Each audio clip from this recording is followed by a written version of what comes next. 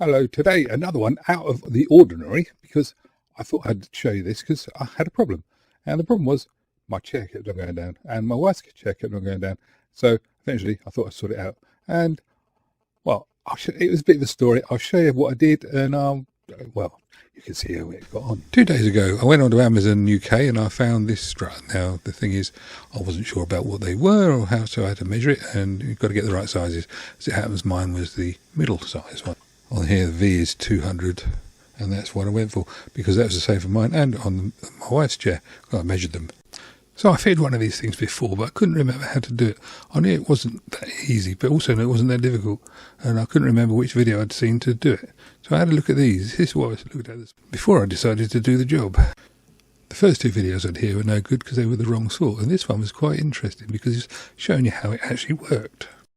Now, being me, I liked the finding out what actually worked, but it didn't tell me how to get it out of the bit I was having a problem with. Because the problem I had was trying to get it out of the actual bottom of the seat. That's not easy, and that's why these videos exist. People are telling you how to do it, but it didn't work for me. This one was interesting though. This one's got an idea. The guy actually put a spacer in it so that it will not go down anymore, which means it slightly reduces the effectiveness of the gas strap, but what the hell. Finally, I saw this one, which looked successful. It's sort of reminded me of the one I saw before, so it's got a wrench, and I figured that we'll give that one a go. So I tried it, and it didn't work. So back to the drawing board. I had to work out how to do it for myself, because I just couldn't make it work the way they were all showing me. What follows is true. No names have been changed, and the camera work is really shaky, but hopefully you'll see what happened. This story involves lots of heavy breathing and a certain amount of wielding a hammer, but let's follow it. Right, you're probably in the same position as I am. You've watched a few videos on YouTube about how to replace gas struts, and this is my second one today, so I thought I'd show you how to do it. The first one had a problem that this plate was totally and utterly covered, so you couldn't get to that bit at all. Here's one I did earlier. That's where the button goes, and that goes in the base. So I'm replacing the whole strut. I'm not doing any of this repairing struts business, just replacing it. I'll tell you how much the strut cost in a minute. Anyway, so this is for my chair. I've taken the top off because I've tried what I've seen where people have put mole grips on them and they've twisted them and they just drop out of the top bit. Because the bottom bit's not too big a problem, you just hit that. But the top bit's the problem. You can't get to this. So what I did with the last one, and I will illustrate it with this one after I've tapped the bottom off. Alright, so there it is. As you can see, I've got it there. I'm just going to hit it in a minute. I'm going to hit it on there, ideally with a mallet. I've only got a hammer, ideally with a bit of softwood or something to just stop it damaging it too much. But as it's been replaced, I don't see that's too big a problem, but a bit of wood might be a bigger target to hit, so I'll see if I can find a bit of wood. Found a bit of wood. I'm just going to use that bit just to soften the blows slightly. But what we want is the shock for it to come through. But this is basically it's a very cheap metal, I guess, or possibly even plastic. No, it's plastic. So we don't want to damage that. And we'll just give it a go. To do this, you've actually got to hit it. You've got to lift the whole thing up. You can't have it, otherwise you're just banging into whatever you're supporting it on. So you have to lift this spider bit up so that it can drop out. Otherwise, you're just banging for the sake of it. Anyway, I can't hold the camera and do it at the same time. Or can I? No, haven't got anywhere to put the camera because I'm on my own. And I thought I'd just do this because, well, possibly it was useful to somebody. But no, can't find anywhere to put the camera. So just banged it, and as you can see, that now comes off. And I didn't use the wood in the end. Well, I did, but the wood shattered. I thought it might do, but it doesn't really matter. I just hit it there and there with a hammer, whilst supporting it off the top there, and it worked. You can see from our picture here, you've got to have clearance between what you're putting it on and what you're holding. So you hold it up and then you bash it, and then that all works nicely. Now, I don't know what you call these where you come from, but in England in the 70s and 80s they used to be called mole grips, even though these are made by Draper. Anyway, they're a variable type of clip thing.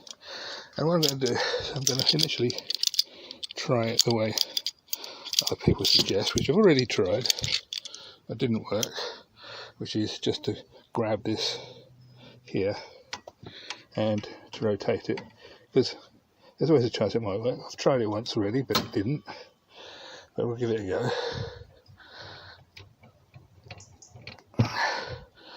No, it's not going anywhere. Got to tighten up the grip slightly.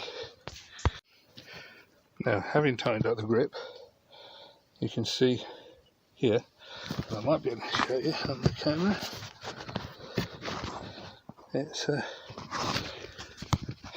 it's moving. It's very difficult to show because it takes 3 hands, but if I push on there, you can see that the actual shaft itself is moving, which means it's going to come out. So I should do that. But if it wasn't going to do that, I'll tell you what I did on the other one in a minute. Anyway, much to my surprise, as you can see, it did just pull off. So it's only a push fit into there. It did just with a bit of a wiggle come off. But what I did on the other one, this one, because I tried all that, and I don't know if you noticed, there's a few more gouge marks in it. What I did with that one was I put the mole grip, whatever you want to call it, I put it on there. See all the teeth marks are there. Put it on there. Underneath, I flipped this thing up. Put that under there so that it would grip. And then I proceeded to hit this part of the jaw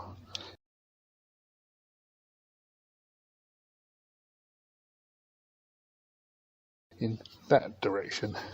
This is the situation I was in with the other one, the one that I did previously. So that was like that, and then I hit this bit here with the hammer in towards the right hand side, obviously, and it, with that lodged up against that, it just pulled it out. But on this one, I didn't need to, but it was too tight to do without taking it off the chair base. But anyway, that's that. Now I shall disassemble this, because this is only there to show you what I did before. As you can see, that's not tight in there at all. And I will now put the other one together, which is just a matter of seconds. So now I have on the workshop floor, I have my spider, I have the old one still in its protective sleeves, I've got the bit it's going to go into, and I've got the base of the chair. So what I'm going to do now is just quickly show you what's involved. This is the new strut as it comes from Amazon. Right, you have to take the protective cover off the end so you get the white button there, which is what that says. Just a little blue cap like that, so take that off. Just got to now take this protective thing off here and put it on there. It's only for decoration, so that's easy enough to do. Slides up there, like that, there we go, and put that on the new one. It's just a couple of plastic cups. There we go, sorted. Right, that's now ready to go into the base, but more importantly into here. Right, so I screwed the base onto the chair now, and all I've got to do is put this bit on. It's not so easy with one hand, but I'll give it a go. So that's there. That's just got to slip into there, just like that. Now the whole thing, let's give it a slight kick, so to speak. Just is standing on its wheels.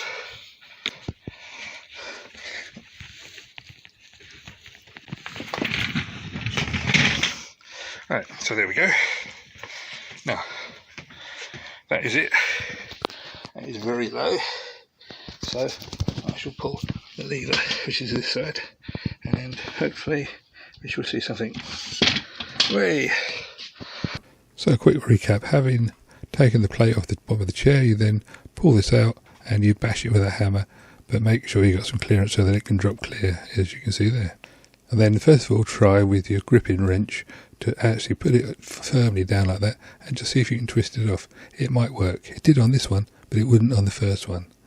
but it's relatively simple. And if it doesn't work, you have to go to the next stage.